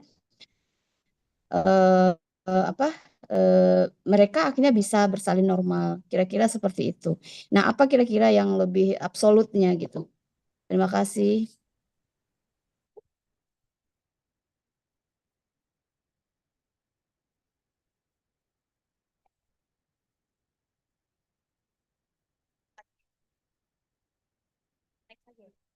Sebelumnya, oke, sebelumnya untuk Mbak Isla, mohon maaf tapi akan ditanggapi setelah sesi selanjutnya ya, karena kita juga dikejar waktu. Jadi nanti pertanyaannya akan tetap dijawab, tapi di sesi setelah ini. Mungkin saya bisa serahkan ke Mbak Fabela atau Mbak? Oh ya, oke. Setelah ini akan ada Ibu Farida yang akan memberikan pertanyaan. Halo Tanggapan. Ibu. Oh ya, tanggapan. Halo Ibu. Halo. Halo Bisa minta Hazel. tolong ditampilkan, Mas. Bu Farida sepertinya Can sudah you on hear cam me? dari tadi. Nah, halo Okay. Ibu. Can you hear me? Beri tepuk. Hello. Hello Hazel. Yeah. Okay, can you hear me? Oh, all right, thank you. So yeah, thank you so much, Hazel, for your coming to Universitas Airlangga. I just want to say it's our pleasure for having you. Yeah, your knowledge sharing, particularly on feedback, is very important to us, and I really appreciate it. I just wanna give like a comment or my view about it. In particular on feedback, actually, I think we are in Indonesia is also trying to promote, encourage, and facilitate feedback. And I do agree with you. We need to hand in hand with other health professions, stakeholders, and also the customers. I mean the consumers regarding the family and women itself, because practicing feedback is also about not only about giving or providing feedback, but also culture, policy, and midwifery competencies. So and I think that we will be always do anything to improve the quality of maternal service in Indonesia. Yeah, so I just want to say thank you so much, and see you when you back to Australia. And I will make sure that I will have your wonderful book. Thank you. Thank you, Farida.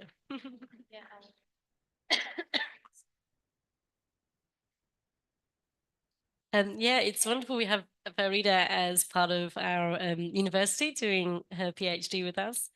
And yeah, it is a joint venture, I think, for us all to work together and understand what our strengths are. You know, as midwives, our strengths are supporting birth physiology and supporting labor and birth, which is what women who are planning a VBAC want from us.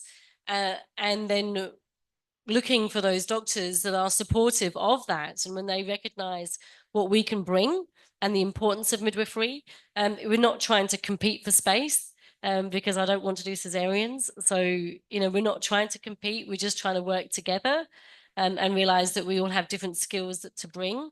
And we have that relationship building skills, and that we can really help empower women to plan for VBAC. So thank you, Farida. You're very Okay. welcome, Hazel. Well, maybe. Okay, maybe give applause first for our speaker and Bu Farida. Okay, unfortunately, we're going to close our Q&A session because we run off the time. But for anybody has any question or still curious about feedback, you still could ask Hazel at her Instagram, or after this, you could go to her and ask about her book, about all of her material for today. Oh yes. So don't be shy and approach her right away. So, me as a moderator, I'll say goodbye and thank you for everybody are actually having enthusiasm to enjoy this material. So, thank you for me, Didi. Goodbye. I'll give it back to our MC. Okay, thank you very much, Didi.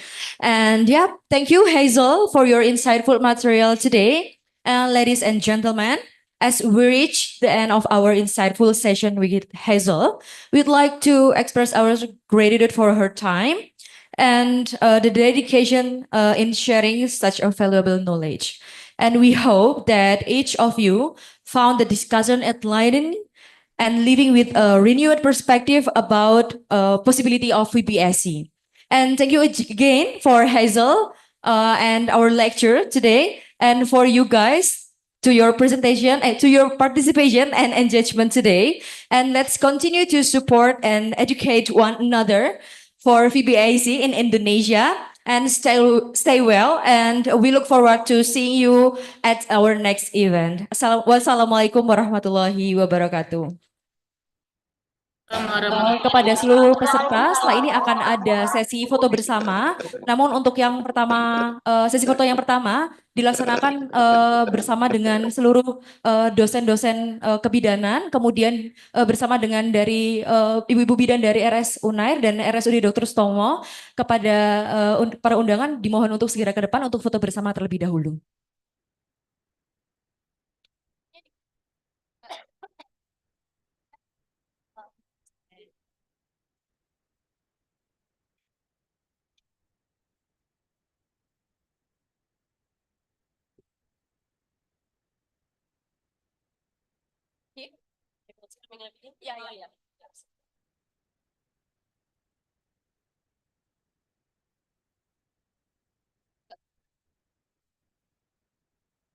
Monggo Ibu, silakan maju ke depan untuk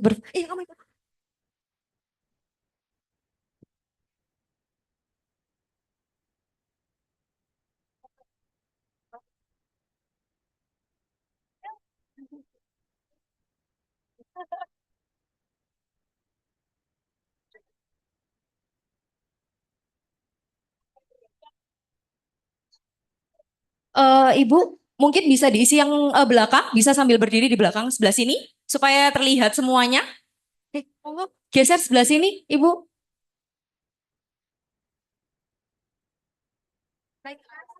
Oh, oke. Ibu-ibu mohon maaf, monggo untuk naik ke atas terlebih dahulu karena supaya terlihat nih. Sudah pas Bu ya?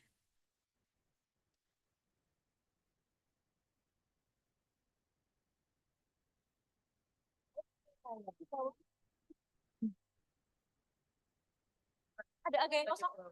Ada 2 orang mungkin supaya balance kanan kiri. Iya. Boten Ibu. Naik atas. Sudah siap? Oke, semua menghadap ke kamera. 1, 2, 3. Oke, one more again. Freestyle. Smile, 1, 2, 3. Okay, perfect. One more again, maybe. Okay, one more again. Mini heart, maybe. Sarange, pose. Okay, 1, 2, 3. Okay, perfect. Selanjutnya semua peserta silakan maju ke depan. Ibu jangan kembali dulu. Semua peserta silakan maju ke depan untuk berfoto bersama. Ayo semuanya maju ke depan supaya bisa masuk in frame.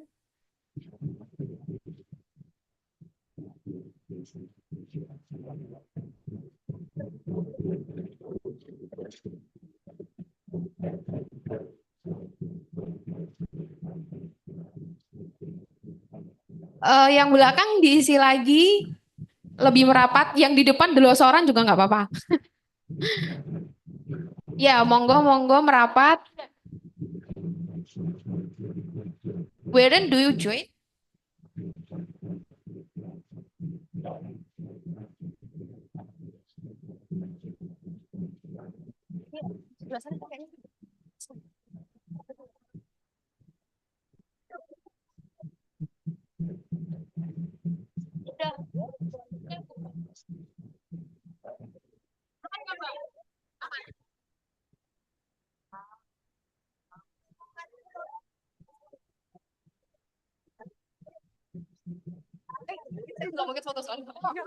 Nanti mungkin fotonya di-share aja. Oke, satu HP aja. Ntar minta foto ke Hazel. Iya, nanti minta. Karena ini HP-nya Hazel. Oh, kurang ke tengah. agak mungkin Mbak yang depan ini bisa maju ke depan lagi. Satu deret, nambah satu deret lagi mungkin. Suaranya nggak kelihatan yang sebelah sini, mohon maaf. Iya, mau nggak bisa maju ke depan aja. Di tengah, di tengah, di tengah, di tengah, di tengah. Ya, masih nggak kelihatan. Nah, Sudah kelihatan. sip. Sudah. Sudah. Mbak Intan aman ya, Mbak ya? Oke. Oke. Oke.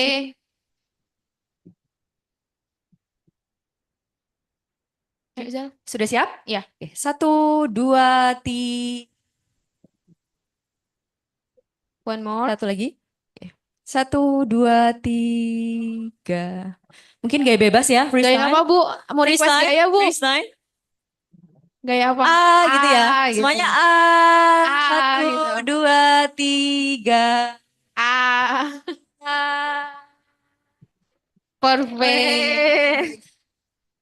Thank you very much for Hazel and all of the participants for today's event. See you on the next agenda.